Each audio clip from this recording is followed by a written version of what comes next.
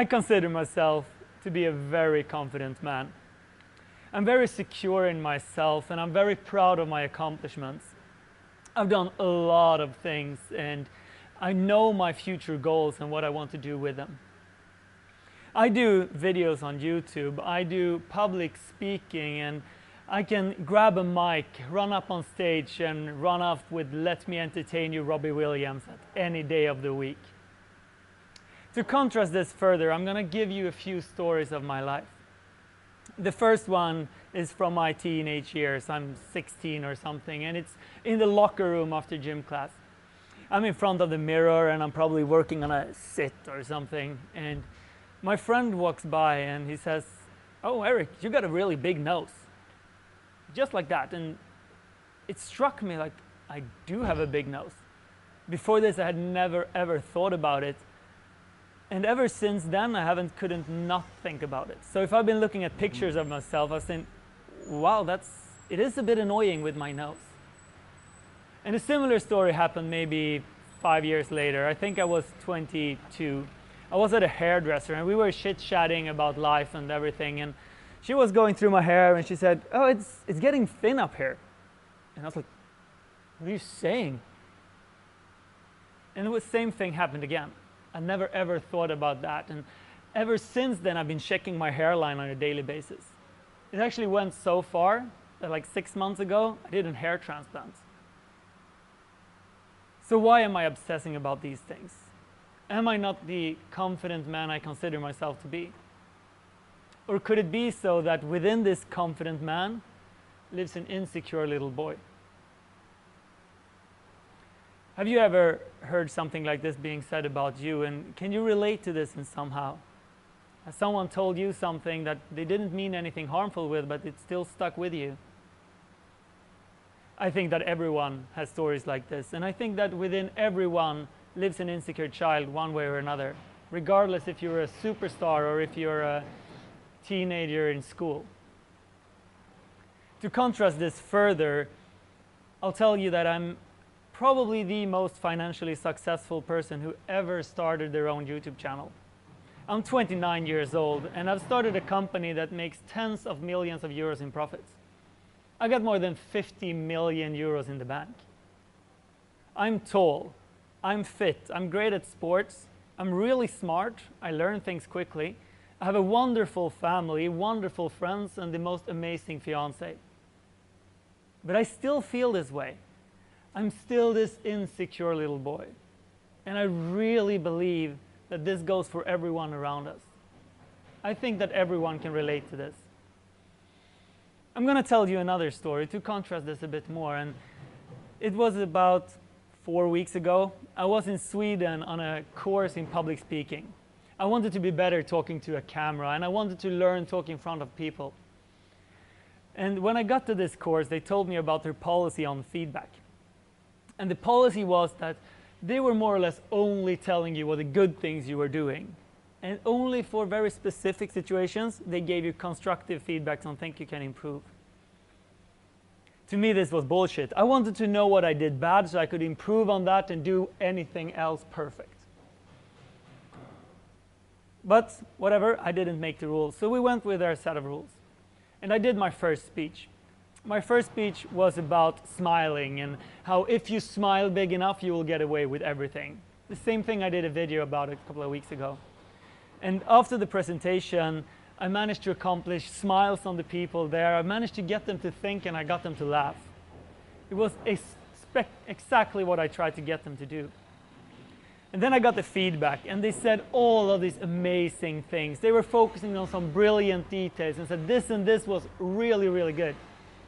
But then they told me about things I could improve. And the first thing they said was I could use my body language more because I was a bit in here instead of out here. And they told me that sometimes I forgot the last syllable of a sentence, so I kind of swallowed it. And I was really happy with them telling me these things. I was really happy knowing what I could improve for next time. So the day continued and I thought more about this and I played around with it. And the next day, I got back to class. And the first exercise we were going to do was to write down all our impressions from the first day. And I started writing, and it was this, we did that, and blah, blah, blah, blah, blah, blah, blah, blah, blah, blah. And then I got to the feedback part. And I started thinking about the feedback I got. And the first thing I remembered was, yeah, it was the body language thing. So I wrote that down. And then, yeah, it was about the last syllable. And then it was completely blank. I couldn't remember one single thing of all the positive things they said, even though I know that at least 90% was really good. So in spite of all these good things, I could only see the not perfect things. And I highlighted this to my teachers, and Henrik, one of my coaches, told me a story. And it was from his younger days. He used to be a handball keeper. And once they got a new coach, and Henrik wasn't really impressed of this guy. He was an old man who came in there, and he said, yeah, what can this guy possibly teach me? And in the first training session, the coach asked Henrik, okay, so what's your strongest quality? What are you best at? And he said that, yeah, shots down in the right-hand corner. That's my best move. So the coach asked, okay, so that's the only thing we're going to focus on. Henrik just looked at him and said, that makes no sense. But again, it was the coach that made the rules. So they did it like this. So first practice, second practice, third practice was just shots down there. And he got really, really good at them. And after a few practices, they started doing other exercises. And Henrik was performing better than he'd ever done before. So the moral of the story is basically, by focusing on what Henrik really, really enjoyed, he got more confident, he had more fun, and he got better at everything around it. I brought this story with me, and I've been thinking about it a lot recently, and I thought about it, how that adds up into my life.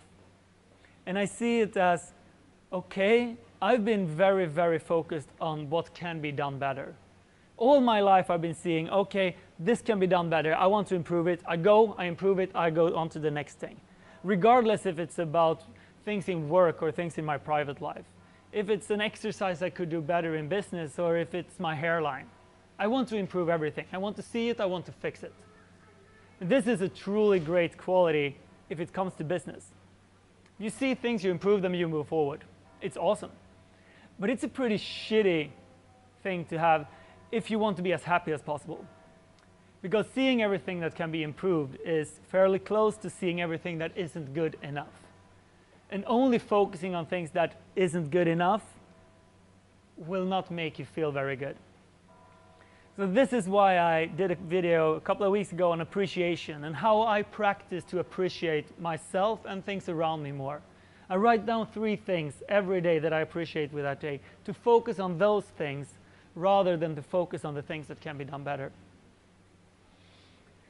So if you can relate to this, if you feel that something someone has told you at some point really stuck with you, if you feel that you might have this insecure boy in your chest just as I do, then bring this with you. Try to focus on the really good things in life. Try to think really closely to what you say about other people, and just try to smile more. And please, if you like this and you want to support this insecure little child in my chest, share this with someone and have a lovely day. Thank you.